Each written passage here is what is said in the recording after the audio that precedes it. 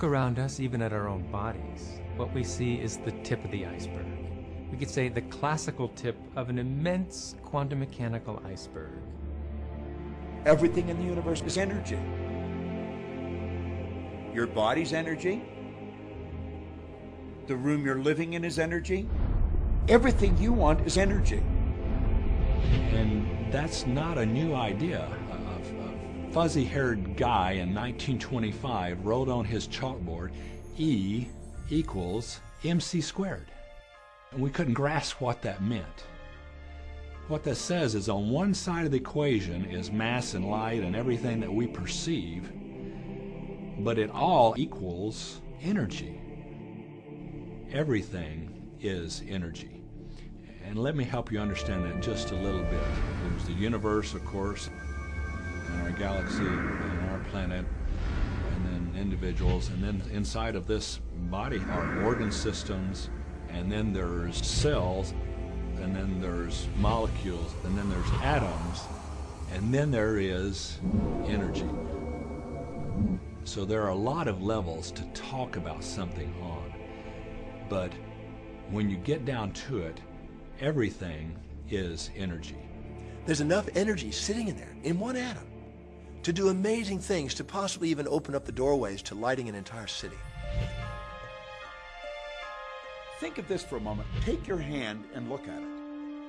Now your hand looks solid, but it's really not. If you put it under a proper microscope, you'd see a mass of energy vibrating.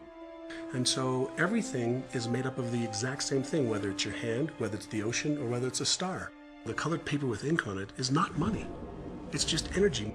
And so part of the illusion that we're living in is that, these things are solid. They're not solid. Neither is a piece of wood, neither is a rock.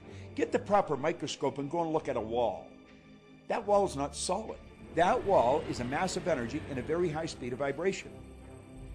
It feels solid because of the vibration, the rate at which the molecules are vibrating. Everything in the universe vibrates. In other words, everything moves. We live in an ocean of motion. You are vibrational beings in a vibrational universe. Many people are not yet ready to acknowledge that they are vibrational. They prefer to see themselves as blood and bone specimens that they see in the mirror. And we want to remind you that everything that you observe with your physical senses is vibrational interpretation. In other words, you hear because your ears translate vibration.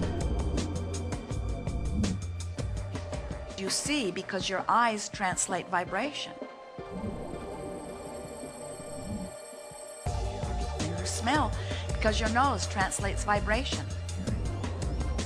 Your fingertips are translating vibration.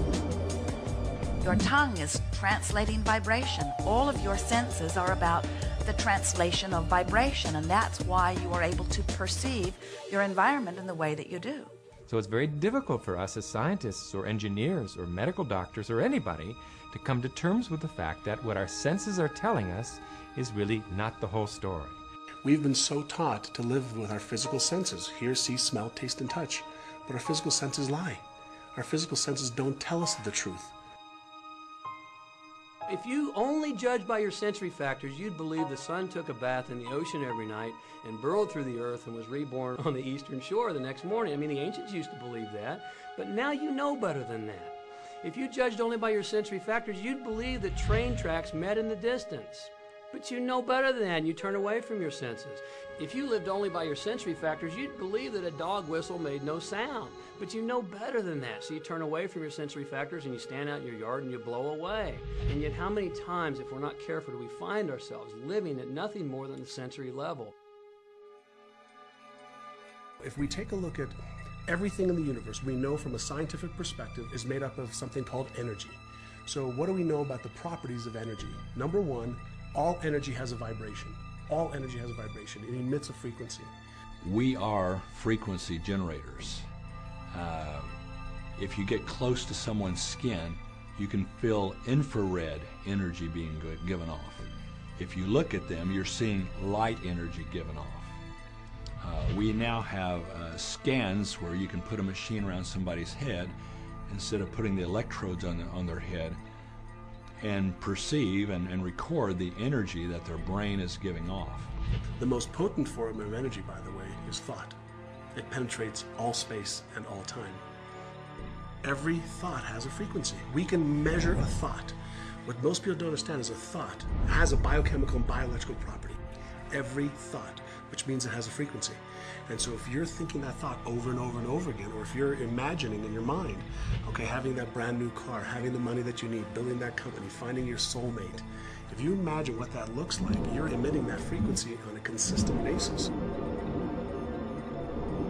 Our job as humans is to hold on to the thoughts of what we want, make it absolute clear in our minds what we want, and from that we start to invoke one of the greatest laws.